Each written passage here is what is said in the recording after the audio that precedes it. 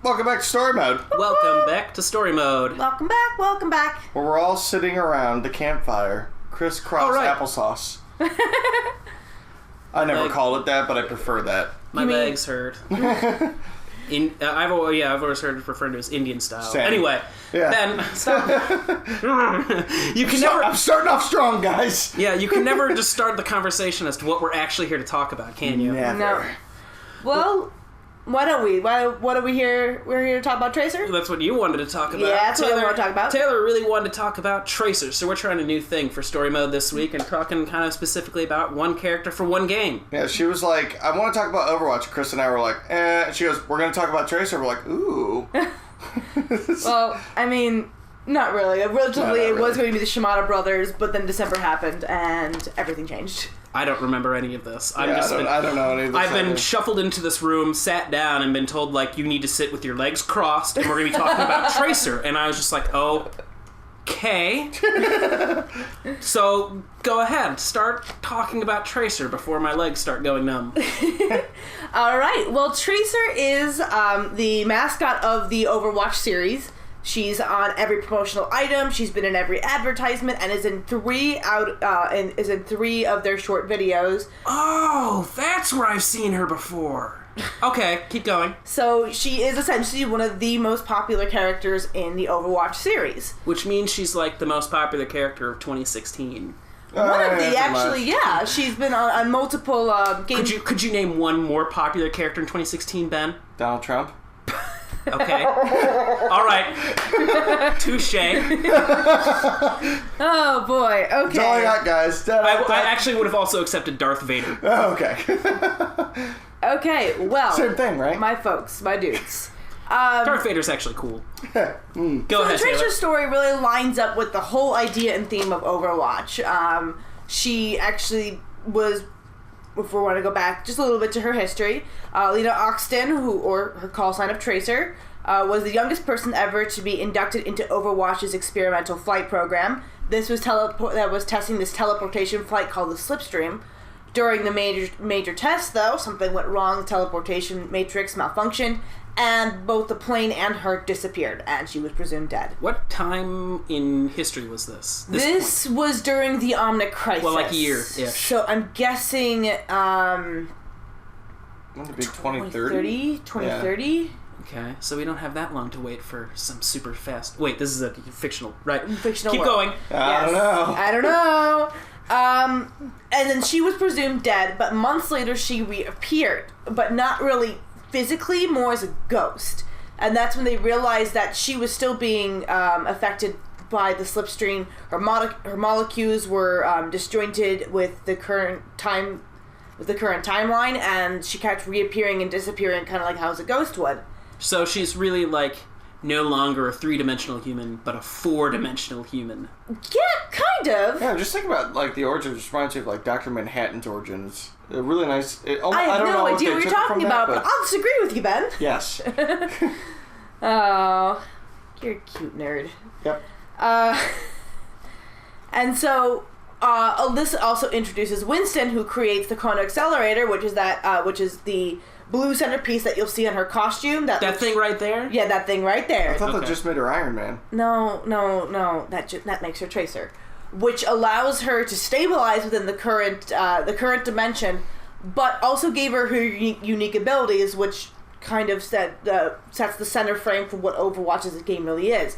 It allows her to manipulate herself through the 4th dimension, which allows her to flip back and forth and blink in between realities. Can she jump to any time at this point? That's what I was actually just wondering. Because, like, I know that in the game, it's really just used for jumping back and forth, like, 5 seconds or something like that. It is suggested that if she were to go very back in time, it would kill her. She can take advantage of going... Well, I mean, it would make sense that she probably couldn't go back in time to before the event that made her disjointed in time would happen. That's what we call a paradox, kids. Yeah. Go back and warn herself, like, oh, don't do this, you'll get, like, trapped in time, and then, like, she just disappears. Trapped in time. Like, all versions of her just simultaneously disappear. Yeah. It's like, oh, that's sad. Yeah. But it does allow her to manipulate the time around her, which allows her to go back in time or go forward. and kind of blink in and out of existence, which makes her a very useful fighter. Yeah, because her one of her key abilities is to, like, cycle back 5 seconds before she got injured. And regain your health. Hey, I totally guessed that. 5 seconds. Yeah, so... And I don't even play this game. It's a solid number. Yeah. What's it called? Undertale? Overwatch, right. Don't Overwatch. start with me. And speaking with Overwatch, so as I said before, she is one of the mascot and main characters. She's on the box, she's on every single promotional item, was in at least 3 videos, 2 starring her, and 1 with just her voice. And now she's in a story mode. And now she's in a story She's mode. really broken out now, guys. And speaking really covering all platforms. really breaking out, she is the first gay character to ever be for the Overwatch universe, for us, a known Overwatch character to be gay, which was I see what you did there. Breaking out. Oh, okay. And this was revealed. I think that's coming up then, but okay. This was revealed in the December holiday comic where she has a girlfriend named Emily, and it was a cute little story about her trying to find a last-minute present for Emily because apparently she procrastinates. And of course, the Spitzer, who's all about time, procrastinates. Well, she always has more of it. Yeah, right? She has all the time in the world. That is very true. Man, I want to see power. some kind of like story where she is like she forgets something, she goes back in time like 30 minutes to give her the time to fix that, only just get distracted by something else, and it just continuously happens where she just keeps looping back. I would either, all right, that's it. I'm just going. I'd either watch the hell of that or read the hell out of that. Either way, I would consume it. Consume the hell out of that. The reaction was very positive because Blizzard had been for a while been kind of teasing the idea of, yes, we do have a character that's a part of the LGBTQ community, and it was like back in 2015 when they first kind of said that this was happening, and then when they revealed that, oh, it's our mascot, it became a very big deal for it, and Blizzard actually released a statement in response to people questioning, well, why did you do this, or we're very happy, and I don't understand, like, that's the question I just don't understand. Why did you do this? Because that's who the character is. Yeah. And why do you care so much? And their reason is actually very eloquent, and this is direct. She's not a real person. It's not like you can sleep with her. No. And and they put it very eloquently, and this is a direct quote. It says, "As in real life, having variety in our characters and their identities and backgrounds helps create a richer and deeper overall universe. From the beginning, we've wanted the universe of Overwatch to feel welcoming and inclusive and to reflect the diversity of our players around the world. As with any aspect of our character's background, their sexuality is just a part of what makes our heroes who they are. From the beginning of our work on Tracer's story, it just felt right to make it an aspect of her character." See, I don't want to get too bogged down in this, No. but I feel like it's really depressing how much, like, a game company has to come forward and say, like, it's okay for us to make our game characters lesbians or gay now. Mm-hmm. Like, why, because everyone makes this gaming communities make a really big deal out of it. And it's probably one of the most depressing aspects of, like, this whole, like, story. I think until when it's more normalized, it won't be a big deal. But for now, this is a big deal for, that one. Oh, yeah. Well, I don't want to say that's not a big deal. I want to say it's like, it's great for the people who want someone to, like, oh, this is like me. Now I can play in a game, like, with people online with a character who's like me, as opposed to having to play as a straight, white male character with brown hair again. Or bald. Yeah, or bald. That was a huge thing like 3 years ago. Yeah, but bald or brown hair. Yeah. Are your pretty much choices. Yeah. Super bulky or just averagely bulky. and from unless you're playing Gears of War, then you're abnormally bulky. It's just I don't know. I find it strange that there has to be so much justification on the part of a developer to why, like, this is who our character is. But I like that the justification was so normalizing of it. It wasn't just like bringing attention to it. It was just them just like, this is just who she is. Let's move on from it. Yeah. Like, it was just like, this is a part of her background. Because this is one of those things that, like, seeing in media before how people of, like, the gay community are represented usually have those stereotypical flamboyant, they're gay when they walk on screen. Mm-hmm. That it's so nice to see somebody that is just, it doesn't matter. It's not so core to them that that's who they are. They're gay. No, they're Tracer. Tracer. I think that's a big problem too. Maybe that's kind of part of the problem. We're getting way off topic here, perhaps for Taylor, but, like, because of the way, like,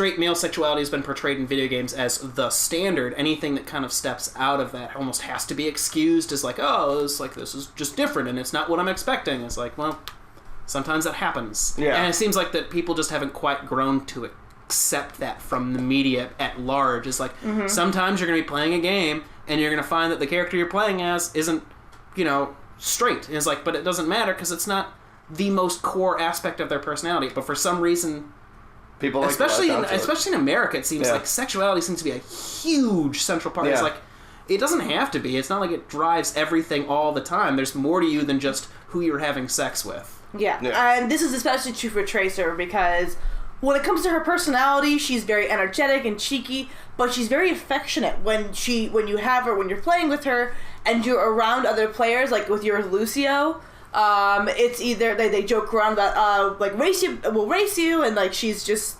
very, very playful. cute. She's playful, and she's just got such a kind personality to her. She's actually a follower of the Shambali, who are the spiritual group who believe the Omnics have souls, and was devastated when she couldn't stop Widowmaker from assassinating their leader Mundata.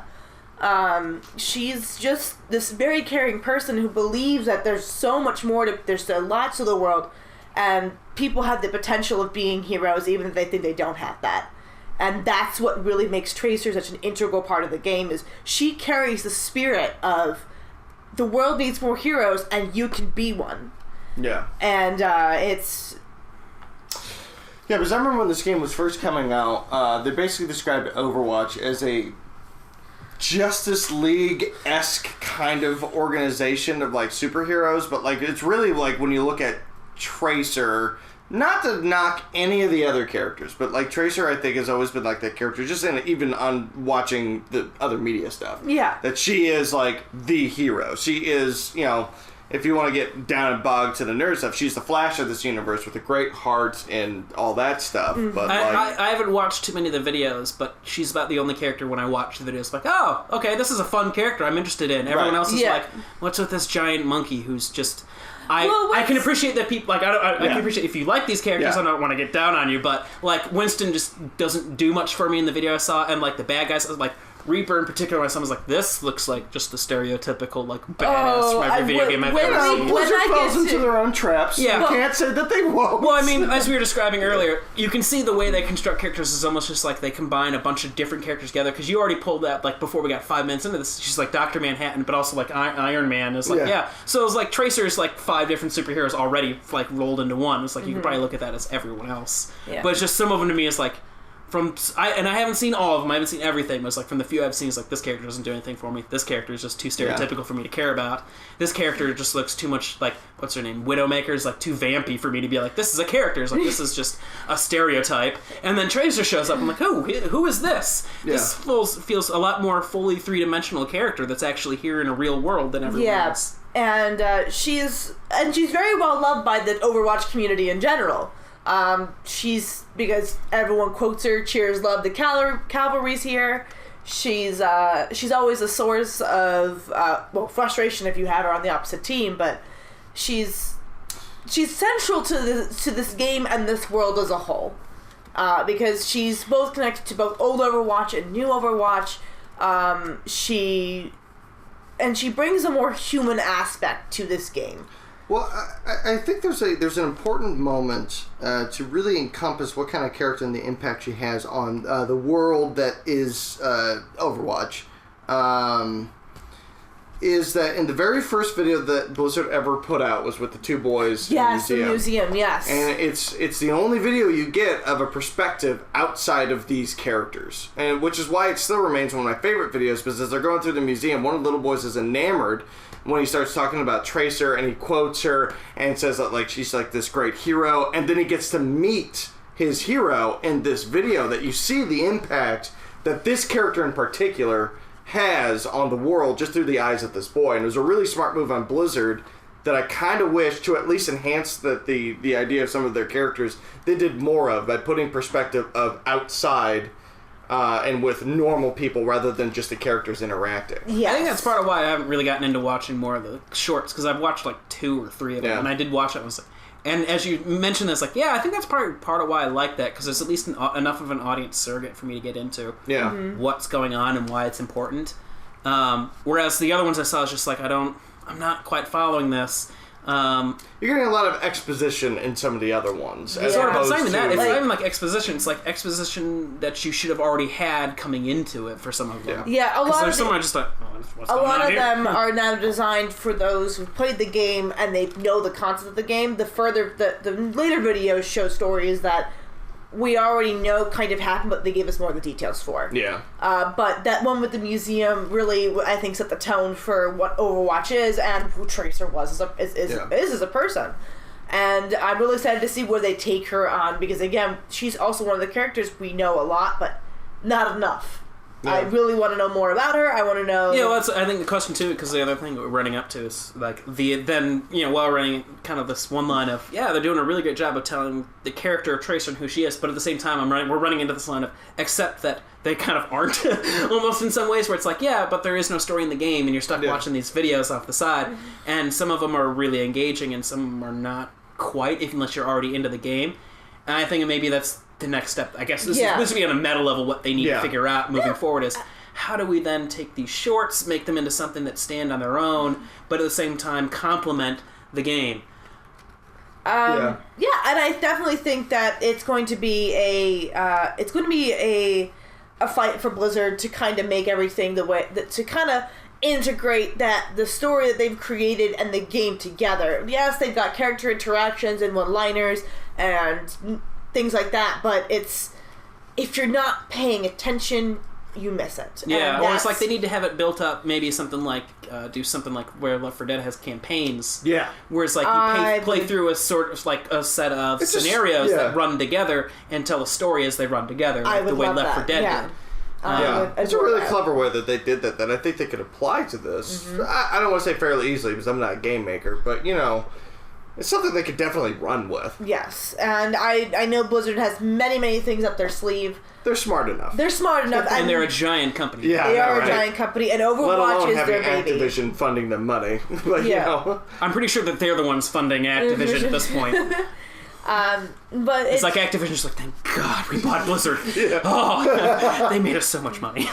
And and Tracer, though, I was getting back to her. She is the spirit of the game of Overwatch, of the players, of everything that I believe the developers wanted the game to be. They've embodied it into Tracer. They wanted the game to feel inclusive and diverse, but also with a welcoming hand of, you can come in at any point, be able to play this game and feel like you're a part of a team, like you're a part of something really, really integral. And she is the embodiment of the world needs more heroes. She's always that person who will have a kind thing to say or encouragement, even when you're on the opposite team. If you're losing, everyone else is like, we cannot lose, like they get on you, and she's one of the one of, we can do this, come on, a little further, push it further. Like, she's very a positive character, and I think that isn't she also the only character? I don't know why this just popped into my head, but it's like, I've read just enough about her. Isn't she the only character it's not canonically inconsistent for her to show up multiple times on the same team or on opposite teams within the same game? They actually answered that question of like, because and she'll address herself on the opposite team if she happens to be playing against herself. I actually did not know that. Yeah, she'll be like, because she'll see it, and she goes, oh my god, me! And then the opposite Tracer will be like, oh, this is weird. And then they'll just and that's it. That's all you hear. And I've heard that there's more than that. Like, they'll actually kind of address oh, this must be just us screwing up our times again or something like that. Well, if they're on the same team, that's rather clever. And if you're on the same team and you have Winston on your team, they have a thing where it's me. Oh, it's me. And they do that thing, and Winston goes, I've warned you about this. And you'll hear him in the corner, I've warned you about this. And it's one of my favorite reactions, because it's just... Oh. Well, I think it just goes miles to sort of characterize who she is as a person, where it's like, the average person, if they're still almost about to fall into a time paradox, might get a little bit worried or just maybe I should go back off. And they're just like, just keep going with the flow. Yeah, it happens. There's another me here, twice the fun, pretty much. Yeah. That always makes me wonder what happens when the other team chooses entirely Tracers, because it's happened, and It's the worst. They lose? No, I'll get my ass handed to them by a team of Tracers because they're... But, yeah, I don't know if there's much more I can cover with Tracer as a character. I think I've gushed about her enough. Do you have any thoughts? Any... Ben, you've been kind of quiet. Yeah. A lot of this is like, it's like a mixture of like information I already know. I'm trying to think about like, but she is one knockout character. Not to, and again, like I said before, not to knock any of the other characters, but there's a couple that I really like, but there's just not enough. I just like them and how they act in the game. You like their characterization, but like there's not enough to their character. Right, like Reinhardt. For you to understand who they are. Reinhardt's somebody I main. I love him. But I have no clue other than he was a general during the war. Whereas Tracer, I know quite a bit about her. Within 5 minutes after that comic was released in December, I was like, oh, she's gay. I thought it was going to be another character that was going to be the first reveal, like Lucio or something. But you thought it would be Lucio? Yeah. Oh, man, everyone thought it was going to be Zarya, but... Yeah. And they're going to continue that route. They've been... teasing things because I know people thought it was a gimmick that they kept teasing out this gay character, but there were others who said, well, they wanted to keep the interest and also to remind people that we are going to keep our promise to you. As one of my friends put it, when I asked him about it, he's like, this was Blizzard reminding me, we have not forgotten our promise to make you feel more included in games. And he goes, and then they gave us the best Christmas gift that, as players, we could get from this company. It's the thing I do want to speak to is that, like, oh shit, I'm losing the thought. It's nice to see, because I've been playing Blizzard games for ages, man. Since Warcraft 2, never got the chance to play Warcraft 1. But that's how far back I've gone with Blizzard games. I enjoy the crap out of Blizzard games, but all of their games revolve around plot and everything that's going on. You may have some interesting characters, but you don't have a whole lot of anything going around it. And it's nice to see them having a game where they're trying to put effort into building characters, whether some of them are fleshed out or not. Mm-hmm. You can see, at least with Tracer, they're like, okay, this might be the start of where we're trying to go with the rest of this. Business. One of my biggest criticisms, especially you look at like the StarCraft universe, even the Warcraft universe, is there's not a whole lot of like characters, more like caricatures. Yeah, I feel, but I think that's a case of a lot of things that have I don't think there's a single Blizzard game that doesn't have like more than 3 dozen characters in it. Yeah, no, for sure. Like nameable characters who are all important to the plot. Yeah. Like if you were to try and, it's like you could not boil down the Warcraft characters into like, here's the most important like half dozen characters. Oh gosh, you can't. Yeah, that's not a thing you can do. You get to like 25 and be like, we're not even half done. Yeah. And it's like probably the like smallest cast would be like Diablo.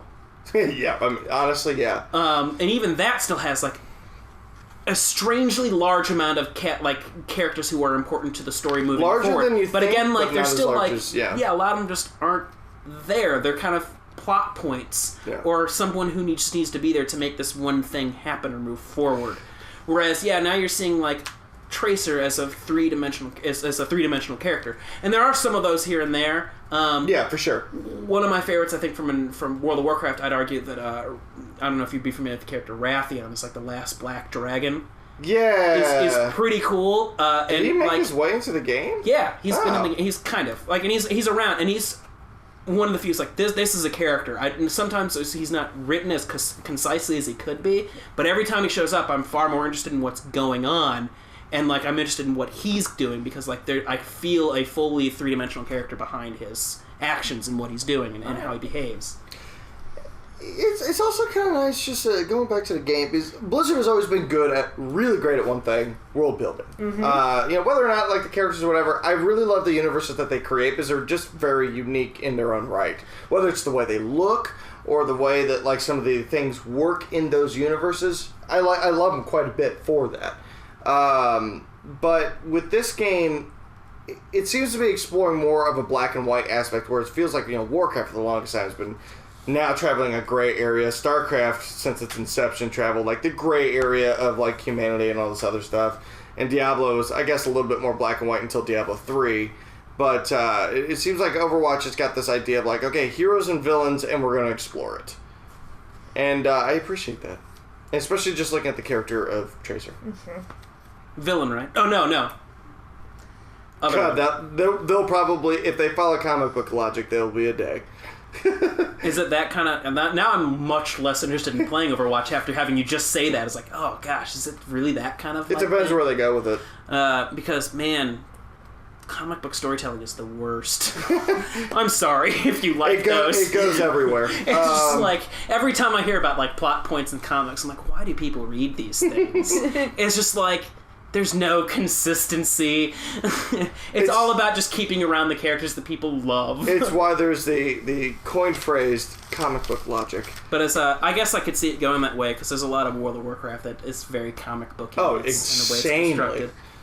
But I hope they don't go that way. I hope they stick to what they've been doing right now and sticking on a linear storyline for the most part.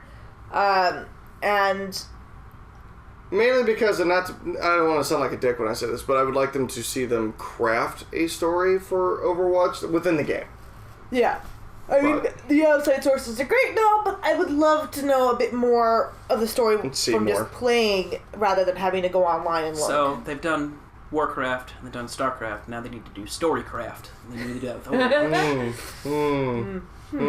Yes. That's the appropriate response to what I just did then. Yes. Just like, I don't know how much I should be enjoying this. I was like, it's not enough to how good of... I really don't know how good of a joke that was.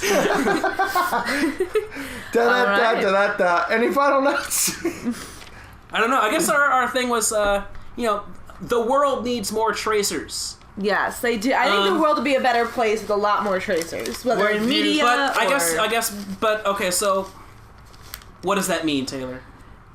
The world would be better if we had more inclusive characters with their own distinct personalities that didn't follow tropes, and that if we had people who felt the freedom to be themselves and to encourage others to be themselves, and to just be a leader in the sense of leading by example, by being that person to I'm trying to think of the words here, to encourage others. A role model.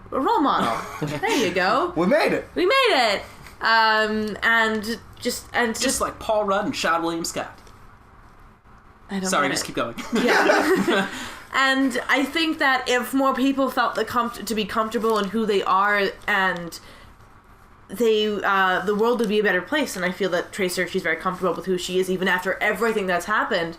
She's taken it into her stride, and she integrated it into who she is. And I really want a world where people can feel they can do that, and and people will accept them for it, rather than, what we have now. Yes. I like how we're putting this up just after the new president. Yeah, I know, right? Anyway, I think this is a message that people will need to hear, though. So Overwatch is out there like, hey guys, don't forget, you can come here for a hug. Just cut to like all the battle in Overwatch. They should have that. They should have a Tracer statue at like Blizzard HQ that gives hugs. It's like you can go anytime you want to go. There's go up front and there's this Tracer statue. Just give you a free hug. It's like, oh. And you see a lineup of all Blizzard employees before they go into work every day. There's is this mandatory? No. It's just that wonderful. Especially because there's a whole line being dedicated to the StarCraft universe, which means they're fired.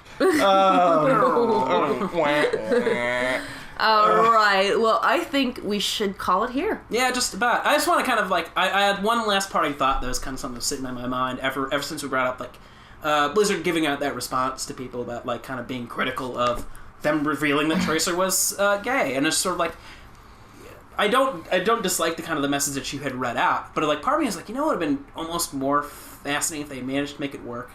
Have one of the writers sit down and write from Tracer's point of view to these people. That would have been pretty good. That would have been impactful. Yeah, but some people, like, with their characters have done that before. I can't think of an example, but I know I've seen it. Yeah, well, it happens every once in a while with, like, just characters, fictional characters and things. But it's just like you think Amy Poehler with Leslie Knope. Yeah, but as we're sitting here talking about a three-dimensional character and how to make him three-dimensional, it's like, that would have been the real great moment of three-dimensionality for Tracer because... Well, I don't know. I guess maybe part of the Overwatch world is that she is in the future. Although she time travels, so whatever. You can excuse that however you want to. But maybe the idea is that in the Overwatch universe, this kind of bigotry isn't really existent anymore. I feel that people were. I think the tone they're trying to set is we're now against the Omnics, and I don't know if in their world being gay is a big of a deal as it is now. We don't know, and to draw one final comparison, I want to draw the other game franchise I think does really well by sort of being inclusive in almost any way it can be is Dragon Age, the BioWare series. One of the most amazingly inclusive series of games ever. Mm-hmm. But one of the things I do really like about the way it also portrays this inclusivity is it also manages to show you what it's like to not be included. You play as like elves, and you'll get these feelings of racism. If you want to know what it feels like to have people be somewhat racist towards you, play as an elf in Dragon Age. And I don't want to be like, I don't want to be like as a white guy. Man, it's totally right on. It certainly made me kind of feel certain ideas and concepts. It's like, or would be very hard for me to broach and to approach and feel in everyday life. Yes. Just like, I feel like I'm having a little bit of a curtain peeled away from me to see kind of like what it's like to not be the straight white male I am. Yeah. But at the same time, they still have these opportunities for the game to kind of come up with what's it like to be a gay character in this universe, like with Dorian in Dragon Age 3. Oh god, that is no. There's a very big story about big kind of inclusion story about how it's not bad. They don't look down on it, but there's still like some people in some corners that, like, kind of do, and how it doesn't always work out for the best just to be different. Yeah. And I think that's one of the things I'd like to see is from Blizzard too, is like, and why I kind of like, I got this idea of like, it'd be really great to see Tracer's point of view from this, because I imagine it's like, it's great to see a character who they just stand up and they are this, and it doesn't really matter, but at the same time that doesn't reflect the real world, and at a certain point you have to step out to the real world and go, I am different, and that's okay, and not just, if you have a problem with that, then whatever, screw off. You have to get over that, not me. Yeah. But what the world is like as towards as to that aspect has not been answered yet by Blizzard. I don't know if they're ever going to answer that question. I don't think it's necessarily as important for the kind of world that they're in and they're building. Yeah. And the kind of story that they're clearly trying to tell. But my point is just like, I don't know, if you want to include a message of inclusiveness, sometimes it's important to demonstrate what it's like to not be included. Yeah. And but in an empathetic way, so that anyone can come to that conclusion, not just the people who are typically not included. Yeah. I think we're going to get that answer, though, not through the human characters, but through the Omnics. And I think that'll be... so the next one we're doing is on Bastion, I guess, then. No, it'd be Zenyatta. Bastion... Zenyatta has would be a bit more of the spectrum. I don't know who Zenyatta is. I just know who Bastion is, because we Bastion, Zenyatta's the one that kind of... Stop trying to explain everything. We're dead. Okay. My brain's already breaking. Yes, I've broken your brains. I've drilled you, and I've talked enough. I think this is the part where we say goodbye. Yeah. Well, thanks for listening to us talk about how the world needs more Tracers. Yeah! We'll catch you later. Bye-bye!